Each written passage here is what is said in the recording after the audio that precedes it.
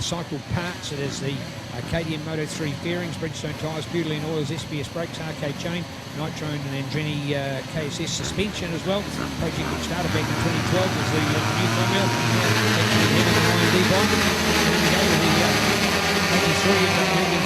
Just stealing a little bit of the limelight on that update, but okay to get away. Here we are, looking good as we head down through to Castrol for the first time here at Timaru and the Levels International Raceway. Nice to see as we sweep wide on the corner and head down the Alpine Energy straight for the first time. And look at that from Regan Phipps, man, he's looking the class at this stage. That is a lovely start from Regan, man. He's certainly got away with that one nicely. Isn't that so great to see, because 125s certainly are a class where you need to get a good start. It makes all the difference in the world, because starting's so hard to do. A little 125cc bike there, of course, in all politeness, geared up to the max, and to ride that clutch away from the start is very hard to do. So racing with our Mr. Boat, your one-stop boat shop, 125 GP underway.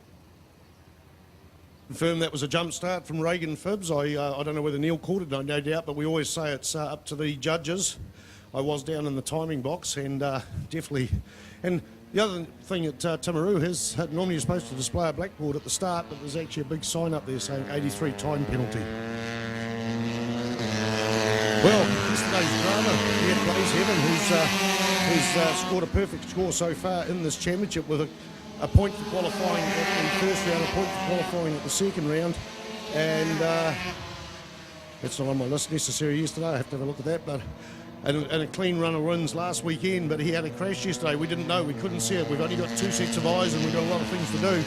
He did crash out somewhere on the circuit we didn't see, and remounted on the bike, which is not included in the rules. So that meant, unfortunately, that he was lost that possibility of getting points, and it handed the lead to Zayna Gate, who I think rattled him all the way through. He just rattled him and maybe caused that crash, but that is part of motorcycle racing.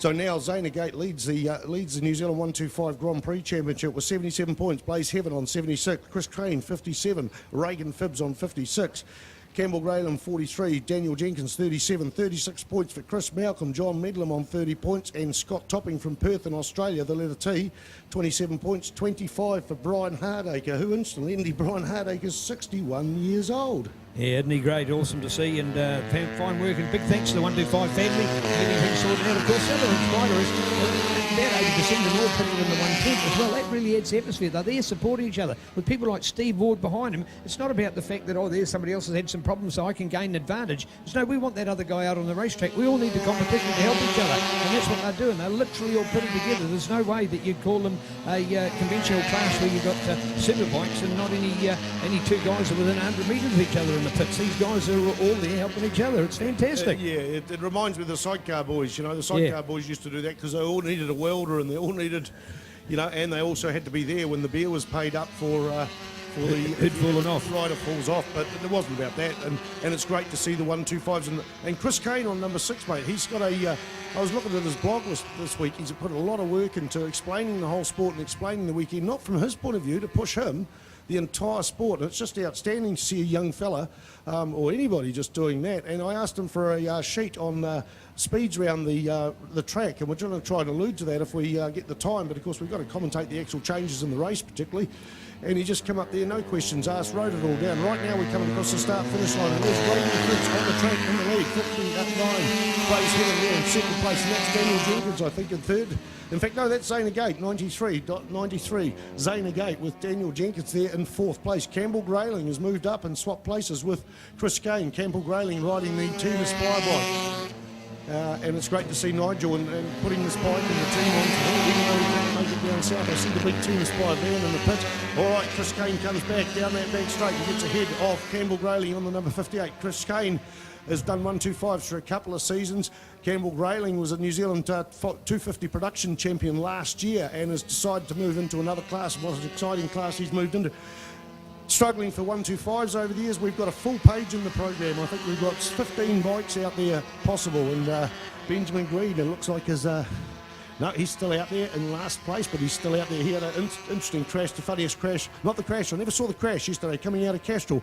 What I did see is the bike in an awkward position, and it was stuck in gear apparently, so he picked the bike up and carried it across to where it was safe. He got a chocolate fish at Riders Briefing this morning. Neil Ritchie, change of position in the front. Oh, yeah, man, that is looking good, looking good. Blaze Heaven has the advantage, so good work from that Moto 3 rider, and fantastic to see the effort he's put in. Of course, he's had some experience out of Spain in Moto 3. This is a young man who'd effectively introduced to our sport and riding 600s. He's never been on a 125, which is, of course, the size of the bike. He's ringing wet at only 70 kg, so he's a good size for it. Quite tall for his age, so he tucks in there quite nicely, so he's got the right presentation for it. He's supported by Restless Heart Apparel, which is new motorcycle undergarment apparel. So Restless Heart getting him behind him as a personal sponsor, but also for the team BSP, and well done to Robert and the rest of the guys. Robert unfortunately can't make this weekend, so I was keen to catch up with him because their presentation is superb. Nice bikes, nice graphics. The team have all got nice shirts. It really is nice to see a good team like that, and they're supported by the likes of Bike Vault, your bike security experts in Auckland, Motormart of Wellington, Fox Web Design, and also Talent Connect, which is a recruitment company. So some nice corporate and also motorcycle sponsors there on that lovely Honda NSF 250R. It's a 2014 model Spider, so it's 3 years old as far as technology of what's been developed in the past. Of course, we're coming up to 2018 model bikes now. The new bike's capable of 10 more horsepower than what those bikes were doing back then. So that's why it's become affordable to see our first truly made Moto 3 bike. We've had the IMD, of course, which has been a Kiwi-inspired machine as well as we find it out. So there you go. It is Blaze Heaven taking the advantage now from Regan Phipps and Zane Gate. Now, Zane should be reading that sign to know don't do anything silly with Regan, because he knows that Regan's going to have a points penalty for the jump start. So the penalty imposed for the 83 of Regan Phipps. I think he did the right thing as well, Spider, because you just do a jump start. But nobody's trying to do it on purpose. It happens, and with the 125 should be the class that we would have likely to have more than ever before, because you've just got your clutch held in that perfect position. It's a bit like Speedway. The clutch is a weak link, and when you get a start, you've just got to have the right start. You do get those mistakes. No intentions of Regan. He's not trying to get an advantage over everybody else, trying to make it fair, but the mistakes made, he's paid the penalty, and now he's just got to get a good result. But Zane Gate behind him, with him knowing that Regan's got a penalty, he doesn't have to push to try and take that second place, because he's already in second place by default on the points. Also, he's got the fastest lap, a 1:10.288. Hey, mate, a 1:11.019 for Regan Phipps, and a 1:10.339 for Blaze Heaven. It's sensational racing here in the 125 Moto 3 class, and it's not called Moto 3, but we are going to identify that. Now, I've got one of the bikes I'm going to say is just a highlight of the whole series almost, and the seasons and the racing, is the IMD bike. That is Steve Bagdraw for the last 5 years has been emptying so much money, so much headaches into this bike to try and create something that is affordable in New Zealand and getting results, and we've already seen him lead more than one race, set pole position at Hampton Downs last year. So the 2 strokes versus the 4 strokes. And it's also interesting on the track to see where the gain is by those 2 strokes. I'm particularly thinking that Zane Gate is making most of his time up around the John Jones Steel Limited corner, but I did see him pass down that back straight there. I did see him pass Regan Phipps there, so he's got a little bit of a boogie there as well. But the fastest man on the track is we see number 66, one of the BSP riders, Nicky Smith from Taranaki. Used to race Pro Twins for a number of years, had a bit of time off there to purchase a house and develop the property with her partner Franz. Great to see number 66, Nikki Kane, and she just about swallows her ears sometimes, her smile's that big, and just because she's enjoying it so much.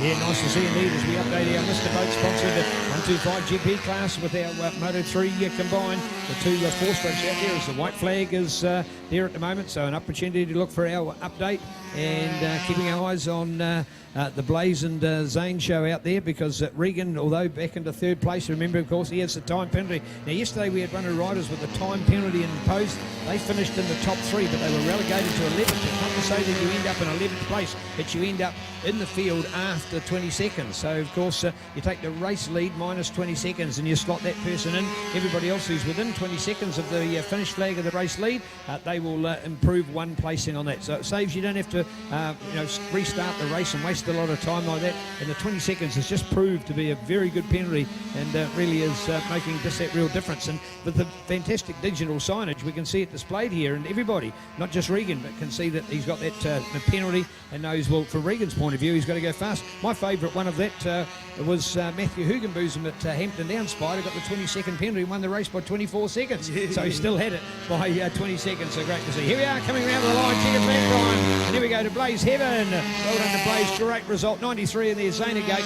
And then looking back to 6. In fact, Regan's finished up in 4th place. And the number 6 of Chris Kane right in behind him. So, well, in the end, in fact, Regan had slipped back a couple. So, well done to Daniel Jenkins. He gets that advantage in the 3rd place. The Manscaped Steve Ward Racing Dunlop Tyres RS125 right.